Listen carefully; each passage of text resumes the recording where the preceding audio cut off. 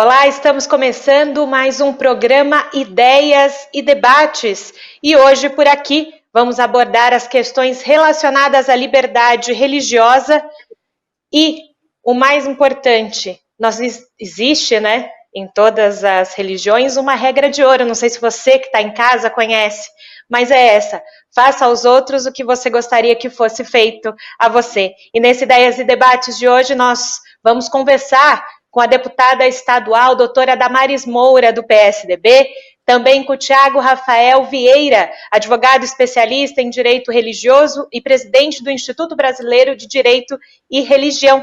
Também nessa conversa com a gente, Ricardo Cerqueira Leite, advogado e presidente da Religious Freedom and Business Foundation aqui no Brasil. E eu começo então a nossa conversa, o nosso bate-papo de hoje com a deputada doutora Damares Moura. Bem-vinda ao Ideias e Debate, deputada. E um assunto muito importante que a senhora trouxe também aqui para a Assembleia Legislativa, uma sessão solene sobre essa questão. Gostaria que a senhora começasse falando justamente dessa questão aqui na Assembleia Legislativa de São Paulo.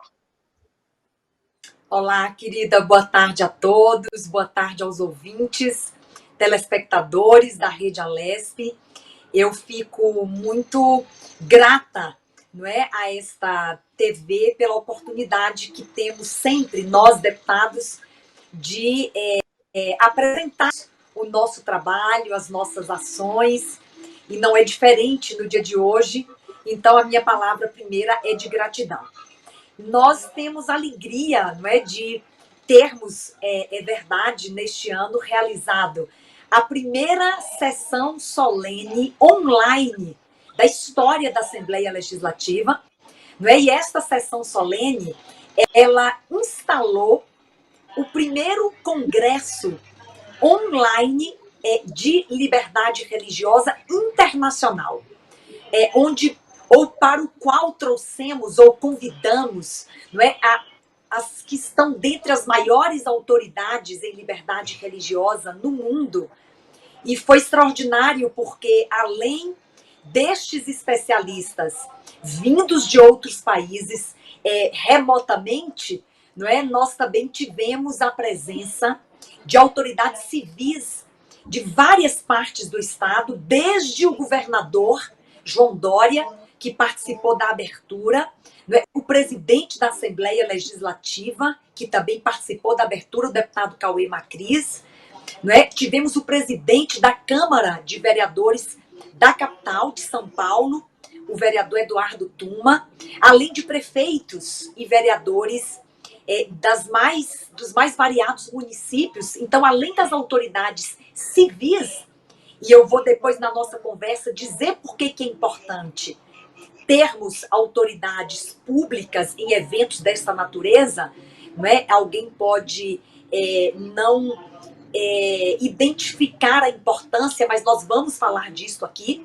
não é? Nós também tivemos as autoridades religiosas, não é? E é muito importante este encontro de autoridades civis e autoridades religiosas, porque embora o Estado seja laico e separado da igreja, e que bom que seja assim, não é? E essa separação, ela foi consagrada na Constituição Republicana de 1891, mas ela também foi consagrada a laicidade do Estado no artigo 19 da nossa Constituição de 88. Então, o Estado está separado da igreja, mas é importante que Estado e igreja, não é, dialoguem no sentido da conservação de um direito que é fundamental, que é o direito à liberdade religiosa. Então, importa para nós, num evento dessa natureza, termos autoridades civis, não é, para que sempre nós possamos trazer esta consciência, não é, da importância da conservação do direito, e termos as autoridades religiosas nesse diálogo, porque também é importante que os religiosos que representam a diversidade resgatem ou conservem a consciência do respeito às crenças religiosas e à religião do outro. Foi um evento histórico. Eu tenho, não falo com nenhuma pretensão, mas é uma constatação, tanto pelo seu ineditismo, não é? E por se tratar de uma sessão solene, a primeira online da história da Alesp, como também por ser o primeiro Congresso Internacional de Liberdade Religiosa online que nós temos conhecimento no Brasil, não é? E essa oportunidade rica de termos ouvido ali não só os especialistas internacionais, como ouvirmos uma palavra breve das autoridades e também das lideranças religiosas que puderam se manifestar. E tivemos a honra de, nesse dia, termos ali também a presença do Dr. Ricardo Cerqueira Leite, que está conosco no programa hoje, um amigo querido, importantíssimo parceiro na luta pela liberdade religiosa no Brasil e que representa, não é, uma entidade internacional, ou preside, não é, esse capítulo da entidade aqui no Brasil, e o doutor Ricardo Vieira, que também esteve conosco remotamente no evento, não é, e que está no programa hoje representando aqui o IBDR, Instituto Brasileiro de Direito e Religião, do qual ele é presidente. Portanto, eu estou animada, gente, para esse programa, né? E vocês já perceberam o meu entusiasmo para falar do nosso Congresso Internacional de Liberdade Religiosa, que aconteceu há poucos dias. E eu vou encerrar aqui essa fala inicial dizendo que este congresso foi para celebrar o Dia Estadual da Liberdade Religiosa que nós temos no calendário de São Paulo, instituído por lei, que é o dia 25 de maio.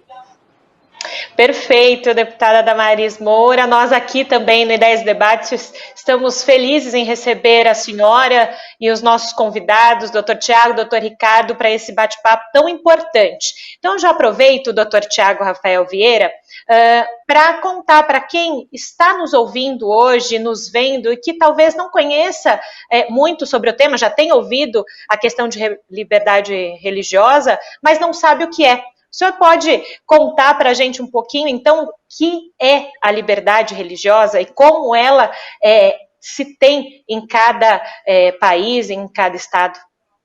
Claro, muito obrigado pela excelente pergunta. Antes, eu preciso fazer uma confissão. Esses dias eu disse para minha esposa assim, quando eu estiver muito macambúzio, sorumbático, triste, você me lembra de ligar para a deputada Damaris, porque ela contagia a gente com o entusiasmo dela. Então a Keila já sabe, quando eu tiver macambúzio, ela vai dizer assim para mim, amor, liga para a Damaris, que eu vou ligar para a Damaris e vou ficar feliz novamente. O entusiasmo dessa deputada querida é fantástico. Muito obrigado por você ser essa pessoa que ilumina onde você está. Mas respondendo então a pergunta, o que é liberdade religiosa? Eu preciso dizer para os nossos telespectadores, os quais eu saldo na pessoa do meu colega e amigo Dr. Ricardo, eu preciso dizer a todos que a liberdade religiosa é a primeira das liberdades, é a mais importante das liberdades. Liberdade de crença, ela é a mais importante, ela é a primeira das liberdades. E muita gente pode dizer, não, mas por quê? Tu está dizendo isso porque tu é religioso e tal. Veja comigo, as outras liberdades, a liberdade de expressão, a liberdade de ir e vir, a liberdade econômica, a liberdade de imprensa, a liberdade acadêmica, a liberdade científica, são liberdades que dependem de uma ação externa do agente, de um ato comitivo ou omissivo do agente. Em outras palavras, depende de que você faça algo, né? Permite que eu e você façamos algo. A liberdade de consciência, de crença, de pensamento são liberdades internas, são as forças motrizes para que eu faça algo. Então eu faço algo, eu tomo alguma ação, algum ato comitivo ou omitivo, por quê? Porque existem valores, existem verdades dentro do meu ser, do meu intelecto, da minha razão, que me movem para fazer esses atos externos. E quais são esses valores que me movem?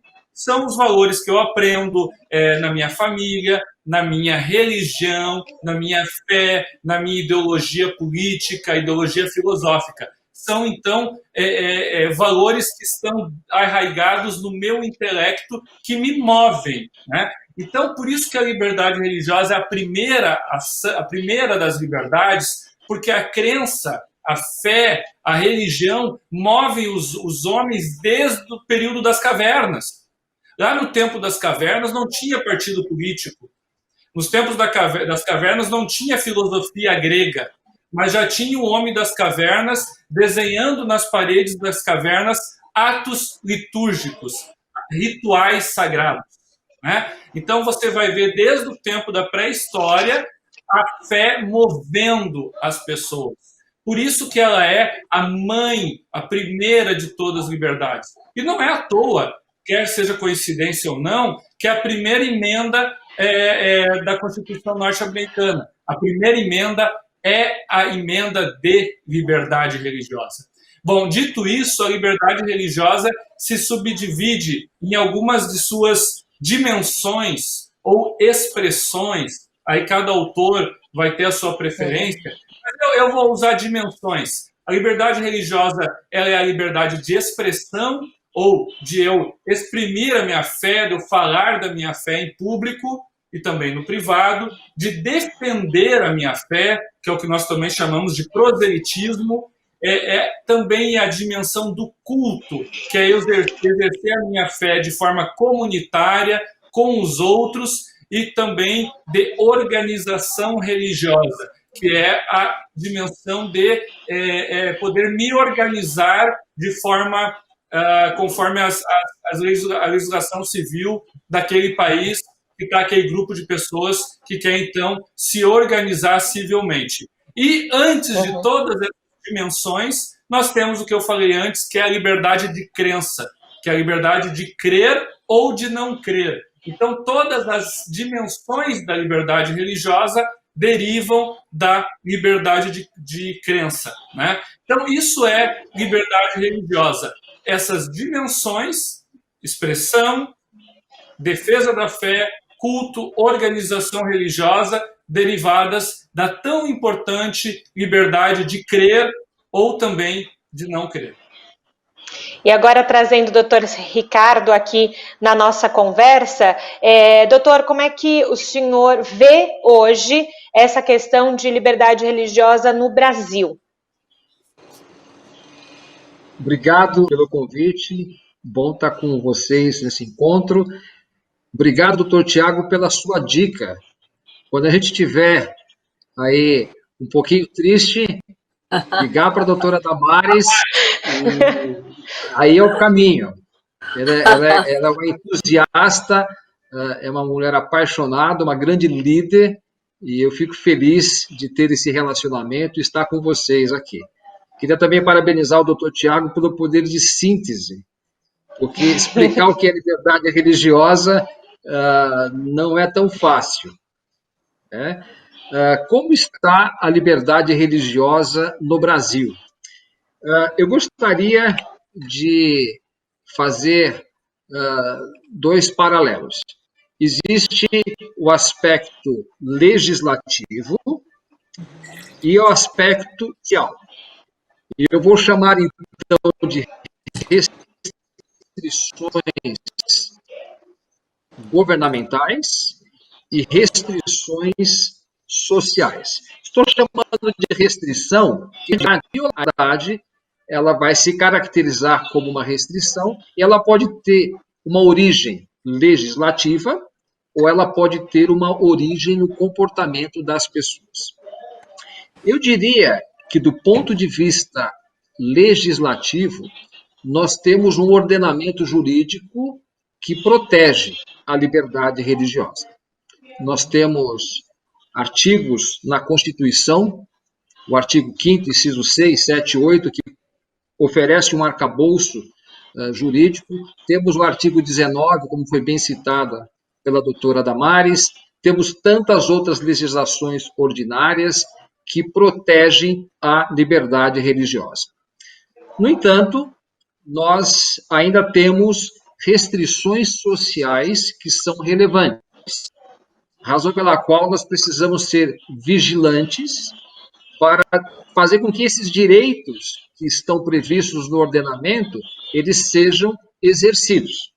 Um direito que está esculpido, está escrito no ordenamento, mas que não é exercido, ele, na verdade, ele poderá deixar de existir. Um direito não exercido poderá ser um direito esquecido. E eu faria aqui um destaque, eu diria que, ainda no Brasil, nós precisamos promover mais a liberdade religiosa, até com o intuito de educar as pessoas. Muitas vezes há uma confusão do que é liberdade religiosa. Quando você fala liberdade religiosa, alguns entendem que é coisa de religioso, é um tema para religioso, e não é. Liberdade religiosa é um direito fundamental. Quando a gente fala de liberdade religiosa, alguns entendem que é ecumenismo, ou seja, é uma maneira da gente encontrar o espaço comum para acomodar as crenças e cada um abrindo mão das suas crenças. Isso também não é liberdade religiosa. Liberdade religiosa é um direito fundamental que, como o Dr. Tiago bem se expressou, protege a dimensão da crença, a dimensão de viver como essa crença, da associação e de poder fazer proselitismo. Então, em síntese, eu diria que nós temos no Brasil um ordenamento jurídico que é positivo, é um ordenamento jurídico protetivo, mas enfrentamos restrições sociais decorrentes, muitas vezes, da ignorância, do preconceito, e é por isso que iniciativas como da doutora Damares, de presidir a frente parlamentar, é extremamente importante. Apenas um último comentário. A organização que eu presido aqui no Brasil, ela tem por objetivo ajudar os líderes corporativos a entenderem o que é liberdade religiosa. O indivíduo, ele passa muito tempo à disposição do seu empregador. Então, aquele líder empresarial, ele precisa entender o que é liberdade religiosa, sob pena de ser fonte de restrição social, sob pena de não acomodar diferenças religiosas. Então, o apoio que nós damos em relação ao tema é justamente na educação do mundo corporativo acerca do que vem a ser liberdade religiosa e como observá-la no ambiente de trabalho. E o doutor Tiago e o doutor Ricardo começaram a nos dar uma aula sobre o tema, né, deputada? Colocando a senhora aqui na nossa conversa, justamente com o que o doutor Ricardo falou agora no final, sobre a frente parlamentar que temos aqui na Assembleia Legislativa de São Paulo, e trazer e mostrar para quem está ouvindo, vendo a gente pela primeira vez, e que talvez nunca tinha ouvido efetivamente sobre liberdade religiosa, para que eles entendam o quão é importante se discutir numa casa parlamentar essa questão, trazer para a sociedade essa discussão mais ampla, né? Porque como os doutores falaram, às vezes as pessoas confundem uma coisa com outra. Eu achei, os meus colegas, advogados e amigos e parceiros de luta aqui no Brasil, eles têm realmente um poder de síntese notável. Eu preciso aprender com os dois.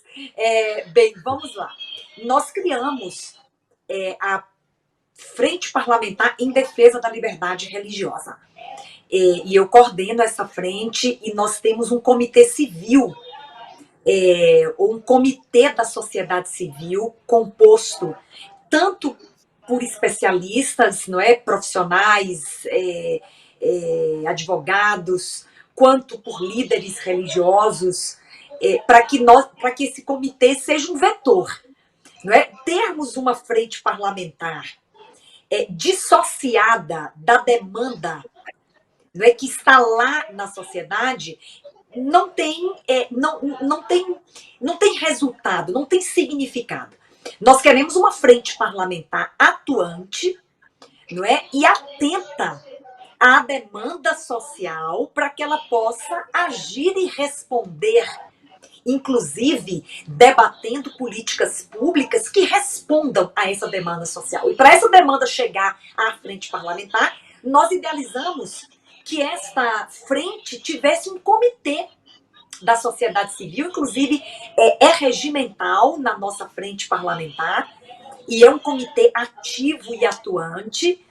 E eu queria fazer mais um registro aqui sobre a importância da liberdade religiosa. Doutor Tiago falou muito bem das dimensões, doutor Ricardo reforçou que não é religião, é direito, né? Porque muitas pessoas resistem à ideia de ir a um evento, não é, que vai tratar sobre liberdade religiosa, porque imaginam que estão indo a um evento religioso. Então, esse esclarecimento aqui, ele é importantíssimo. Os eventos de defesa da liberdade religiosa não versam sobre defesa de preceitos religiosos, mas do direito, não é, de ter o preceito religioso. E por que isso é tão importante? Doutor Tiago já disse, é a mãe de todas as liberdades, não é? E eu quero dizer mais. No Brasil, segundo o censo de 2010, nós somos mais de 80% de religiosos. Portanto, nós estamos falando de um país que é composto, não é, majoritariamente por pessoas que são religiosas, que professam algum tipo de fé. E pergunte para esse religioso, pergunte para ele o que seria mais ofensivo à sua dignidade, não é? Tirar dele qualquer outro bem jurídico ou tirar dele o direito de ter a sua fé. Porque a fé, para os que têm, e aí respeitados aqui, doutor Tiago falou muito bem, respeitados aqueles que não têm uma fé, porque o direito à liberdade religiosa é um guarda-chuva que contempla o direito de crer e de não crer, não é? Mas os que têm uma fé, a fé é o que lhes sustenta. É o que lhes sustenta. Então, proponha a um religioso, não é? Ou dê a ele a opção, você abre mão, não é, deste bem jurídico ou da sua fé. Ele não vai abrir mão da sua fé. Ele não vai abrir mão da sua fé porque é o seu sustentáculo, é o seu fundamento. Então, o direito de ter a fé, de professá-la livremente, de se organizar em torno da fé escolhida, de divulgar, não é, a sua fé, é um direito fundamental. O doutor Ricardo fala muito bem sobre este assunto, não é? A fundamentalidade do direito à liberdade religiosa está no rol de direitos e garantias fundamentais da Constituição Federal, que estão lá do artigo 5º ao artigo 17, nós temos direitos fundamentais, mas o de liberdade religiosa está no artigo 5º, que inaugura, não é, os nossos direitos e liberdades individuais e fundamentais. Então, e por que é tão importante? Eu já disse também. Nós vivemos em um país, não é, que é predominantemente religioso. Ou as pessoas têm uma fé e uma religião. E se nós não estivermos atentos e vigilantes, doutor Ricardo acabou de dizer, nós não temos aqui restrições de natureza governamental. Não é? Temos, inclusive, no nosso ordenamento jurídico, foi mencionada a Constituição Federal, mas nós temos outras legislações ordinárias e é tão interessante porque poucas pessoas sabem que o ECA, o Estatuto da Criança e do Adolescente, no artigo 16, garante a liberdade religiosa da criança e do adolescente. O Estatuto do Idoso, lá no artigo 10, no inciso 3º, garante a liberdade religiosa do idoso. O nosso Código de Processo Civil garante a não interrupção de uma cerimônia religiosa para a realização de intimações e outras legislações que nós podemos citar aqui. O Código Penal Brasileiro, no artigo 208, trata como crime a perturbação de culto religioso, o vilipêndio a símbolo religioso, não é? Escarnecer de alguém em virtude da sua crença religiosa. E aí poderíamos falar da Lei 9549 de 97, não é? Que criminaliza a intolerância religiosa, inclusive apenando com até 3 anos de prisão, aquele que pratica um ato de intolerância religiosa, né? Então, eu mencionei um pouquinho a nossa legislação para a gente ter uma compreensão de que, do ponto de vista legal, nós estamos bem protegidos, né? Uhum. Esse direito está bem garantido, mas temos de forma recorrente, eu fiquei 10 anos presidindo a Comissão de Liberdade Religiosa da OAB, e eu posso afirmar que restrições de natureza social, não é? A intolerância religiosa nas relações interpessoais e a intolerância institucional, por isso que o doutor Ricardo, por meio da instituição que ele preside, faz um trabalho de conscientização junto, não é, à comunidade corporativa do quão é importante prestigiar e valorizar a liberdade religiosa dos funcionários daquela corporação, até porque isso gera mais desenvolvimento e mais crescimento daquela empresa quando o indivíduo vive a satisfação de ter a sua crença respeitada. Esse é o trabalho que o doutor Ricardo faz aqui no Brasil. Não é? Então, gente, eu me alonguei, mas eu não podia perder a oportunidade de reforçar por que esse direito é tão importante, especialmente para aqueles que talvez estão tendo o primeiro contato, não é, com a importância desse tema.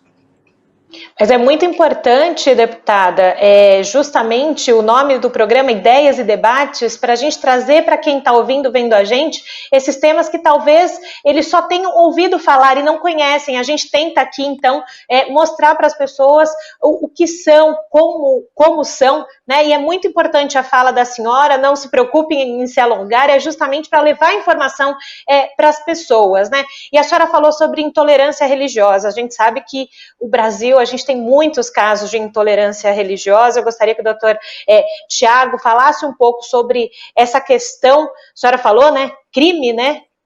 Quem é crime no Brasil, isso, né?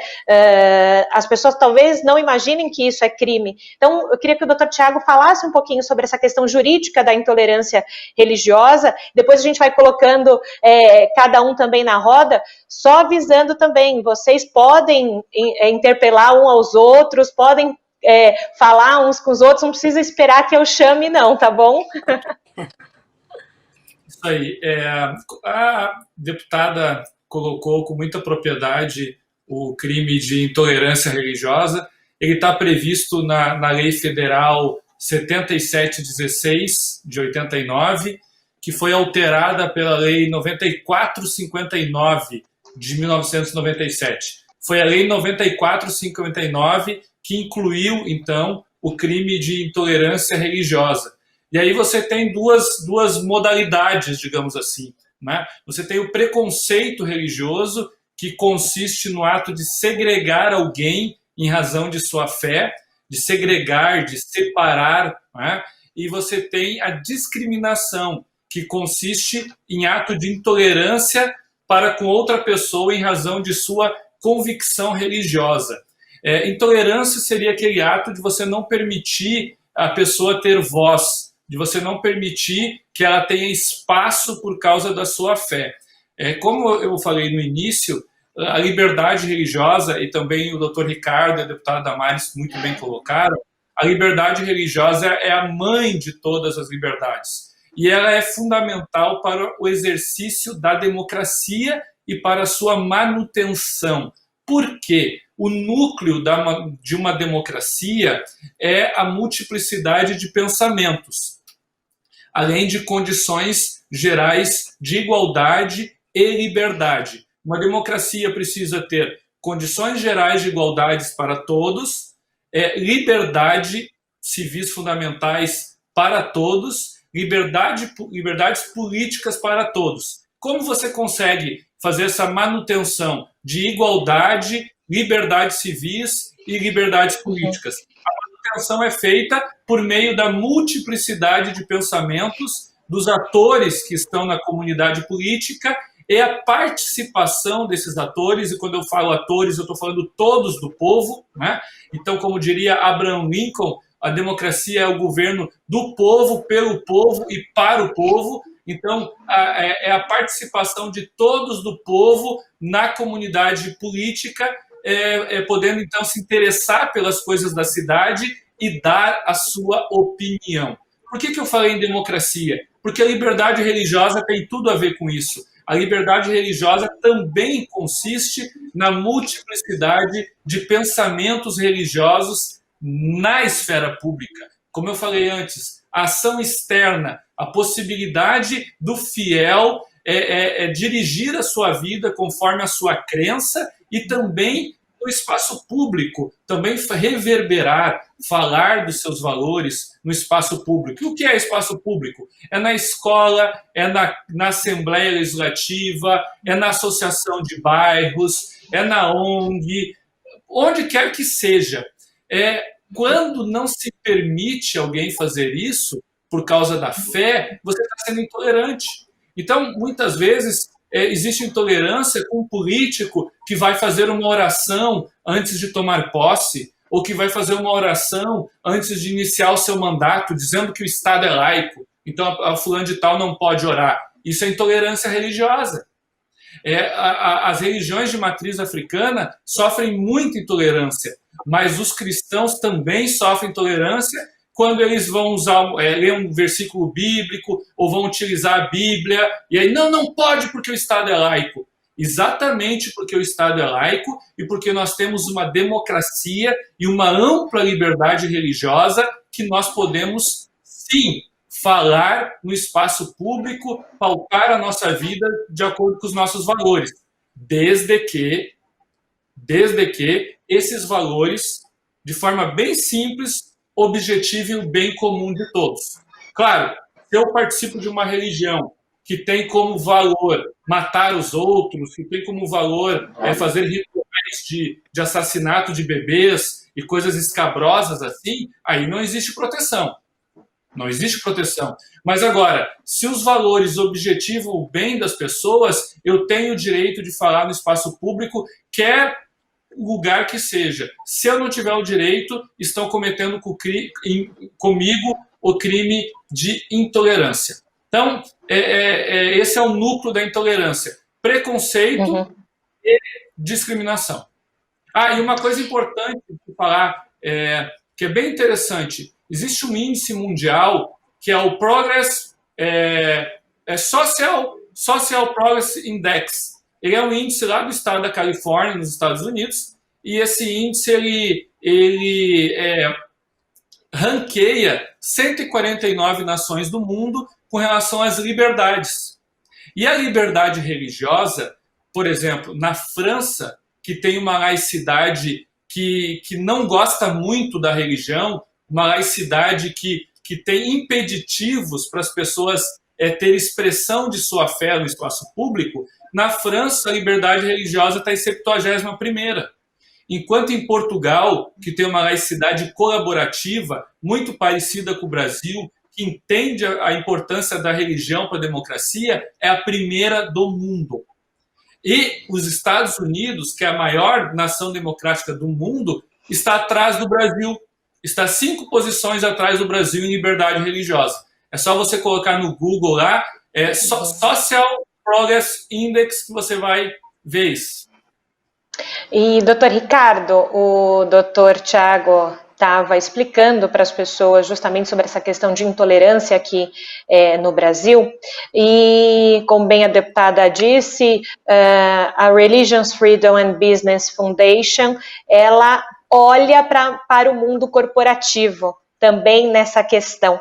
Então eu gostaria que o senhor falasse para a gente como estão cuidando das pessoas com relação a essa intolerância religiosa dentro dos lugares onde ela trabalha, como as pessoas têm esse direito garantido nas empresas, contando para a gente, porque às vezes a gente também não imagina o quanto as pessoas podem ser cerceadas dentro dos locais de trabalho por ter algum objeto da sua religião na sua mesa de escritório, né, ou professar sua fé em um determinado momento do dia. Então, gostaria que o senhor contasse para a gente essa realidade. Perfeito. O ambiente corporativo é um ambiente que muitas vezes pode se pregar o seguinte valor: nós estamos aqui para trabalhar, nós estamos aqui apenas para buscar o lucro para a empresa, é um ambiente mais pragmático, de maneira que, muitas vezes, falar a respeito da sua crença, dos seus valores e compartilhar, pode ser olhado de uma forma preconceituosa, como bem disse o Dr. Tiago. Agora, mais e mais, a liderança empresarial está entendendo que, quando você tem um colaborador, quando você tem alguém que está junto no processo produtivo, você quer essa pessoa por inteiro, com todos os seus valores, com todo o seu conjunto de valores. Você não gostaria de ter um talento que, eventualmente, deixa ou limita a sua manifestação religiosa e, por conseguinte, deixa de atingir o seu potencial em razão de alguma preocupação de restrição social dentro daquele ambiente corporativo. Esse ambiente pragmático do mundo corporativo, ele tem progredido para compreender essas diferenças e, assim, prover um cenário muito mais adequado para acomodar essas manifestações. Eu queria aqui fazer um paralelo. No passado, quando falava-se de meio ambiente, direito à sustentabilidade, isso era uma coisa vista como idealista. O mundo corporativo, muitas vezes, olhava apenas a última linha do balanço. Deu lucro, não deu lucro. Depois de uma série de eventos mundiais, discussão mais profunda a respeito desse direito fundamental, o mundo corporativo ele entendeu que precisava incorporar, precisava defender o meio ambiente, e aí criou-se o conceito de sustentabilidade. Hoje, não se pode imaginar uma atividade empresarial danosa ao meio ambiente. Agora, nós não podemos esquecer que um dos pilares da sustentabilidade é justamente o pilar pessoal, as pessoas que integram aquela organização. Dito isso, nós assistimos várias organizações corporativas que abrem espaço para que, periodicamente, as pessoas possam se reunir e compartilhar suas crenças num ambiente de liberdade. Nós vemos organizações corporativas que têm espaços para oração. Nós vemos organizações corporativas que acomodam o dia santificado. Nós vemos organizações corporativas que colocam em sua carta de princípios a observância à liberdade religiosa. Então, a gente tem assistido um progresso de tal sorte que estamos caminhando, na minha visão, para algo muito parecido com o que aconteceu em relação ao direito do meio ambiente, que é um conceito de plena sustentabilidade. Se eu não consigo ter o colaborador, o profissional, com todos os seus conjuntos de valores, ou se eu ofereço a ele um ambiente com alguma restrição, ele provavelmente não vai ter o interesse de permanecer mais tempo. Eu posso, eventualmente, perder talentos. E quantos talentos existem que professam religiões e nem professam sua fé, e nem sempre essa fé é a fé dominante? Então, se a organização empresarial não acomodar isso, existe perda de talentos. E hoje a gente tem a globalização, os limites geográficos não existem mais, de tal sorte que a gente vive um cenário em que aumenta a diversidade religiosa, aumenta a integração, e é uma consequência natural o mundo corporativo precisar fazer uma acomodação dessa diversidade. E é nisso que nós temos foco. Nós entendemos que a gente tem um conjunto de documentos, cartas de princípios, que você pode inserir nos documentos corporativos de uma organização, como em seu ato constitutivo, em seus contratos, tantos outros documentos societários que podem positivar, podem trazer letra, trazer maior eficiência da proteção desse direito à liberdade religiosa nesse ambiente corporativo.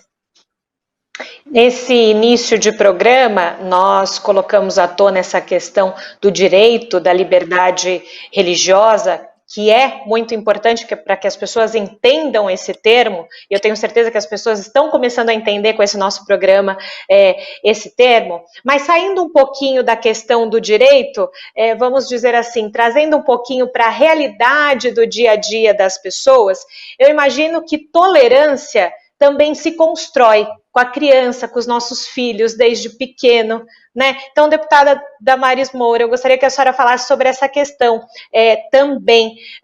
Por exemplo, eu tenho um filho aqui perto de casa, a gente tem uma sinagoga perto de casa, tem uma igreja evangélica, e às vezes tem uns trajes típicos, né? Ele olha, ele é pequeno ainda, enfim, de explicar para ele, não só para o meu filho, mas enfim, para as crianças, nessa questão do respeito, né? Então, também isso é construído, a liberdade religiosa também é construída, né? Olha, você tocou aí na corda do coração.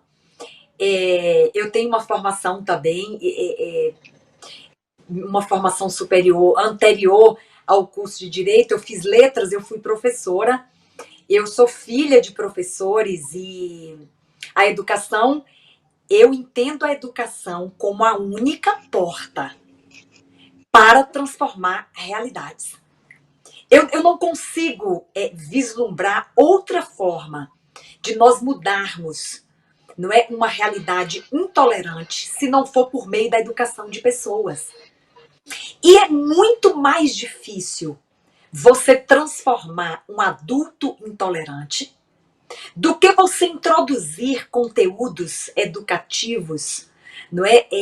Inclusive de forma intencional e sistemática, e eu já estou falando, não é, de sermos mais intencionais com relação ao direito à liberdade religiosa nas escolas. Eu estou falando de uma intencionalidade e estou falando de uma sistematização, não é? Então, trazermos conteúdos de forma sistemática nas escolas de ensino fundamental, exatamente, nas escolas de ensino fundamental, nos níveis fundamentais de ensino, onde estão crianças e adolescentes, não é? Para que esse indivíduo em formação, a criança é um indivíduo em formação. É o momento de nós introduzirmos valores tão relevantes, não é, para a vida em sociedade, que é o respeito às diferenças. Existe um valor tão extraordinário como esse?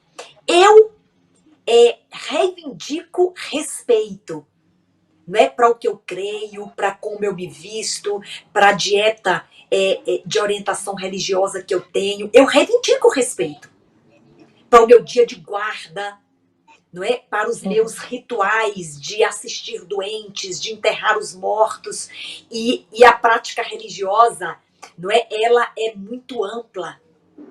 Nós estamos falando aqui de uma diversidade de práticas que envolve vestes talares, não é? Que não são itens de chapelaria, não são adornos. A gente tem que compreender que muitos das vestes talares religiosas, muitas não, elas não são adornos, não são itens de chapelaria, não é? São, em muitos casos, obrigações religiosas que estão sendo cumpridas.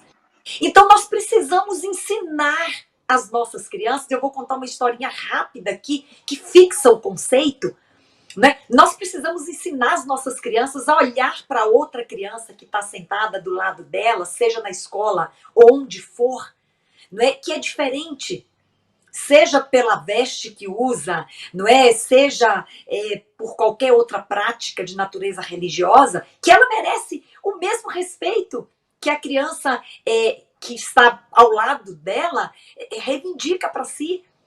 Eu, um domingo, não vou identificar a religião e nem o local, mas estávamos num passeio em família.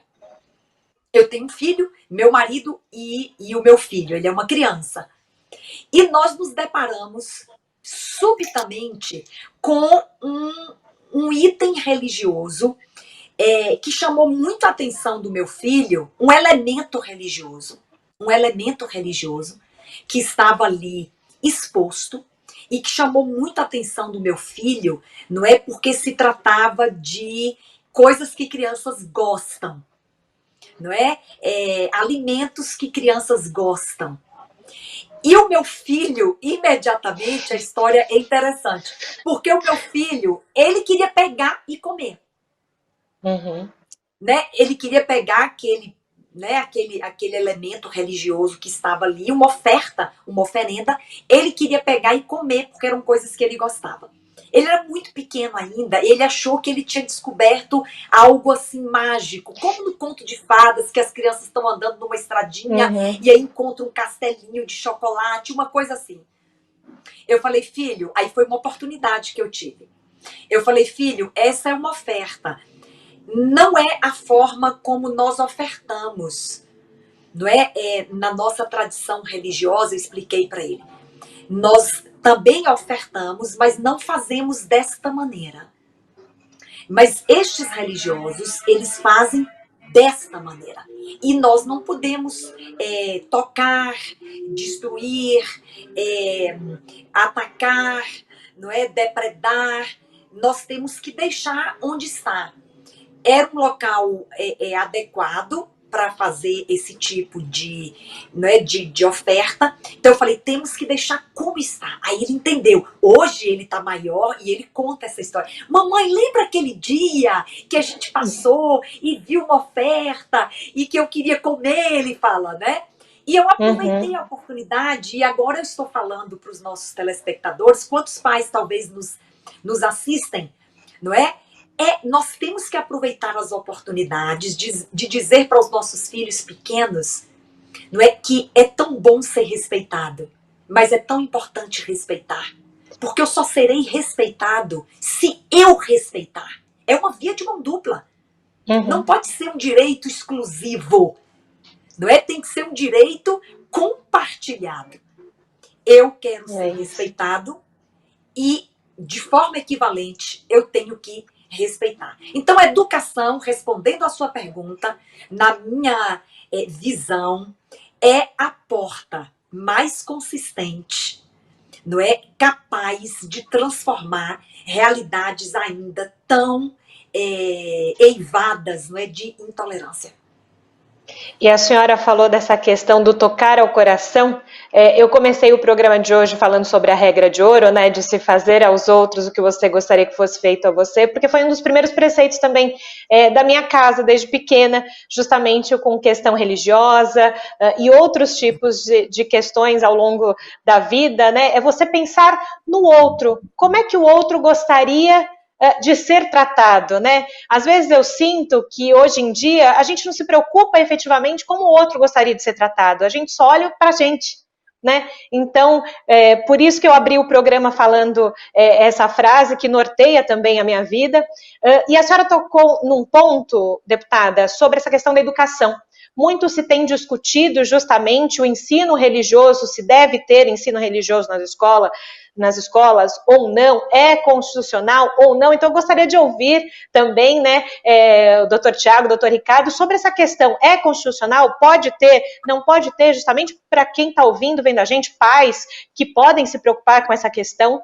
Quem quiser começar, doutor Tiago, doutor Ricardo. Eu só vou interromper aqui para dizer uma coisa. Nós vamos ouvir doutor Tiago e doutor Ricardo, talvez possamos divergir em alguma coisa, porque esse tema ele é tão sensível e tão desafiador, ensino religioso em escolas, e não que eu esteja preocupada, porque são dois amigos e a divergência também nós admitimos entre nós.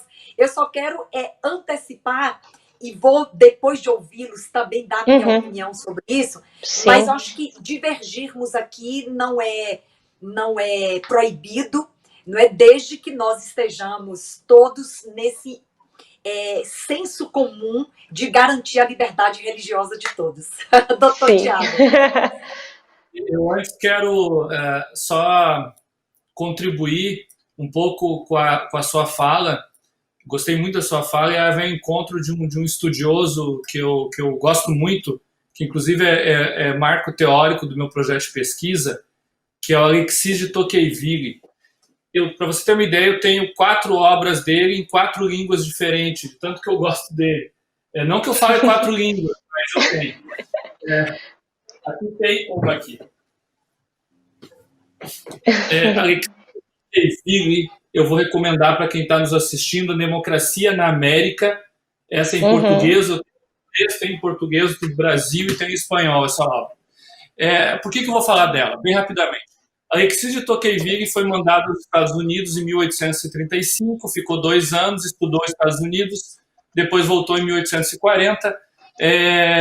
Ele foi por outros motivos, mas acabou estudando por que os Estados Unidos era uma grande nação na época. Há pouco tempo tinha se tornado independente do Reino Unido e já era uma grande nação. Ele fala que os Estados Unidos tinha todo o potencial para se tornar a maior democracia do mundo. Por quê? Porque para uma democracia, Tocqueville entendia que era necessário que todas as pessoas tivessem as mesmas condições de igualdade. Sem condições de igualdade não existe democracia para Tocqueville.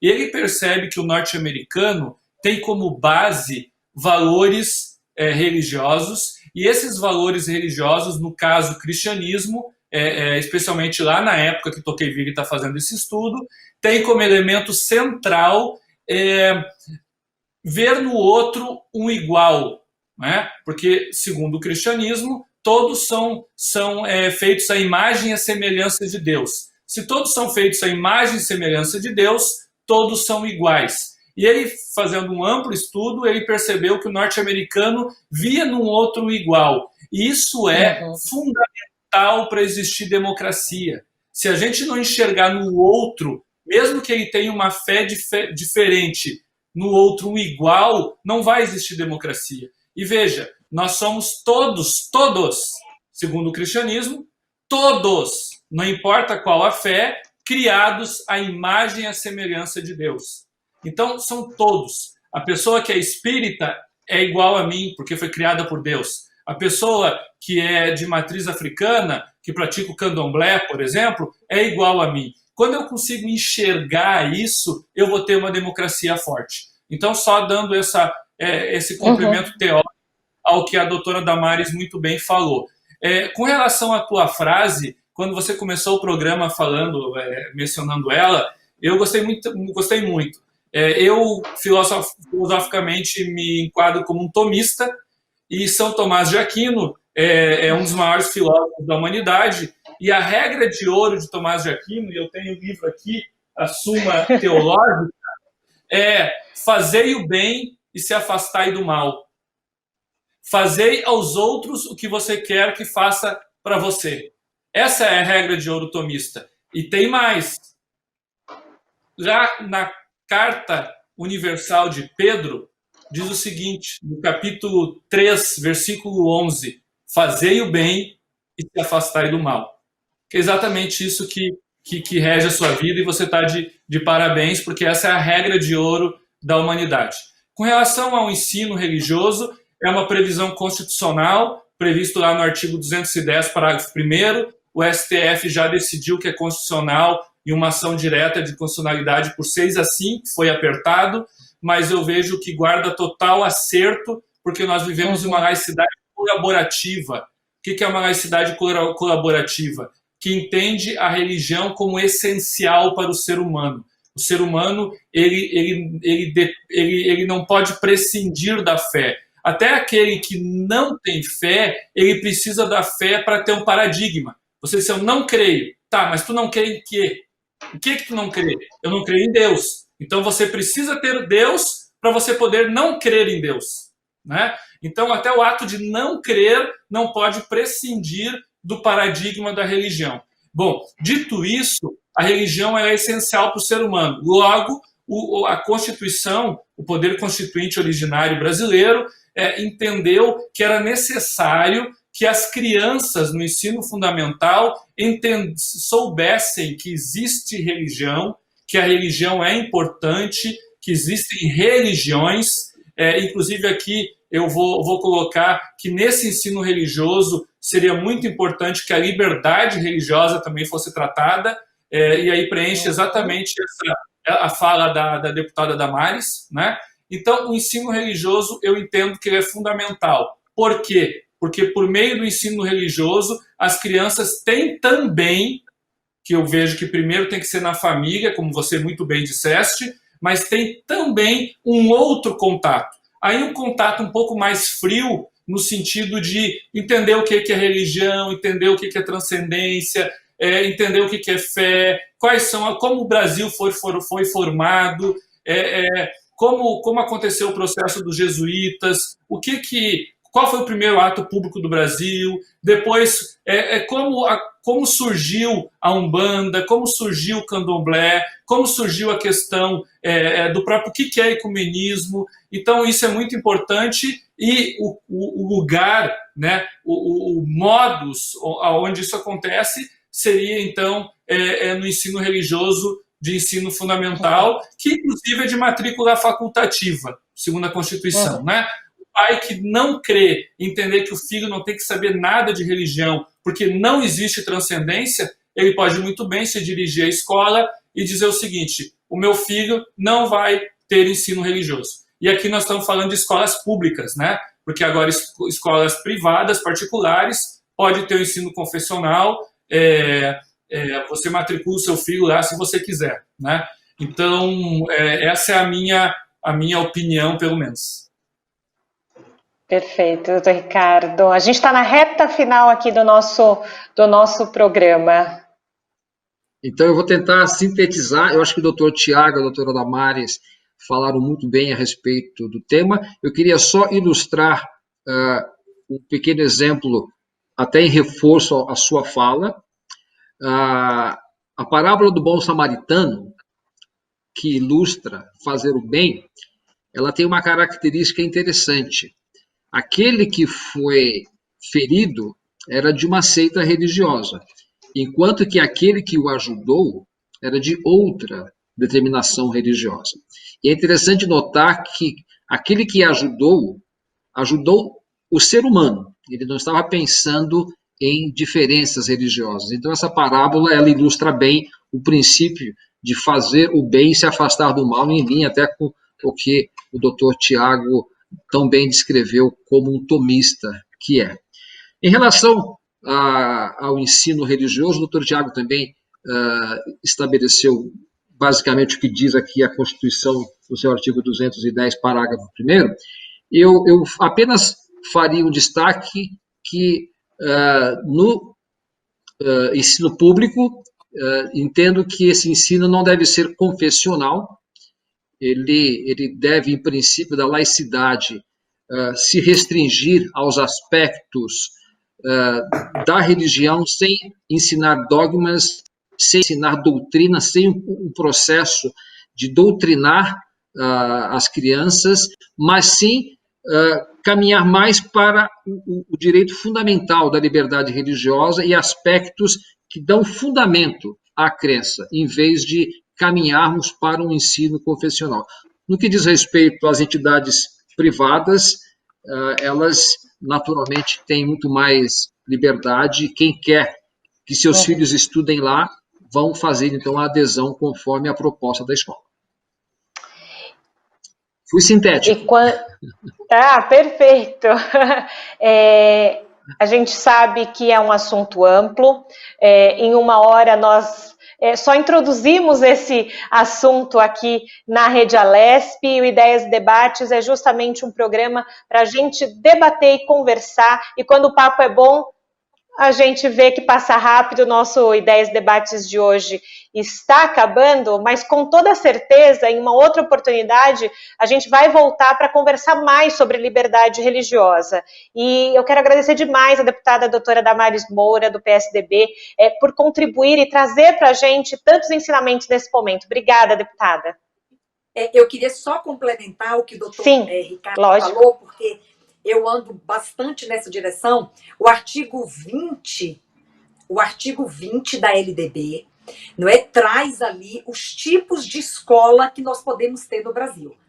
As escolas privadas, não é? Ela pode ser confessional, ela pode ser comunitária, ela pode ser filantrópica e ela pode ser privada, não é? Então, veja bem, se o pai deseja que seu filho tenha um ensino religioso confessional, não é? Ele pode escolher uma escola, não é, que adota ensino religioso confessional da entidade mantenedora, é uma relação contratual. O pai, ele toma ciência antecipada de que a escola vai ministrar um ensino religioso confessional, mas persiste em mim uma preocupação, e aí não divirjo do doutor Tiago nem do doutor Ricardo, porque ambos caminharam pela via constitucional, artigo 210, né, torna obrigatório o ensino religioso em escola pública de ensino fundamental de matrícula facultativa, ponto. O STF já bateu o martelo. Agora, eu tenho uma preocupação de que o ensino religioso nas escolas públicas, não é? Eles tenham muito cuidado com a confessionalidade. Não é porque o pai que coloca o filho na escola pública, ele não pôde escolher uma escola confessional. E por conseguinte, ele não vai também querer que o seu filho aprenda, não é, preceitos religiosos específicos de uma determinada crença que não é a dele. Então, me parece que caminhar bem com o ensino religioso na escola pública, embora de matrícula facultativa, seja a adoção de valores que nós estamos tão carentes. Cidadania, liberdade religiosa, não é? Promovermos aí civismo e também a história do Brasil no que diz respeito à sua religiosidade. É importante que as crianças saibam disso. Mas ter muito cuidado com o ensino religioso que adote uma crença numa escola pública. Eu vejo isso com preocupação e eu quero agradecer, não é, a participação dos meus queridos amigos Dr. Tiago e o Dr. Ricardo, e a vocês da Rede Alesp, sempre tão queridos e nos dando essa grande oportunidade de falar de um tema tão importante. E deixar o meu abraço aos nossos telespectadores. Muito obrigada, deputada. Dr. Tiago Rafael Vieira, muito obrigada pela sua contribuição de hoje por aqui. Muito obrigado pelo convite. Obrigado por essa oportunidade de participar aí mais uma vez com, já chamo de meu amigo, né? Já fizemos algumas participações juntos aí, doutor Ricardo, e a sempre contagiante deputada Damares. Eu estou sempre à disposição. Perfeito, obrigada. Doutor Ricardo Cerqueira Leite, muito obrigada também pela sua contribuição aqui hoje. Eu que agradeço o convite. Também meu amigo, doutor Tiago Vieira, doutora Damares, amiga de longa data. Bom estar com vocês. É um tema palpitante. Estou sempre à disposição para conversarmos. O programa Ideias e Debates fica por aqui. Você pode rever essa edição da nossa programação e também nas redes sociais. Corre lá no YouTube da TV Alesp. Até o próximo programa. Tchau!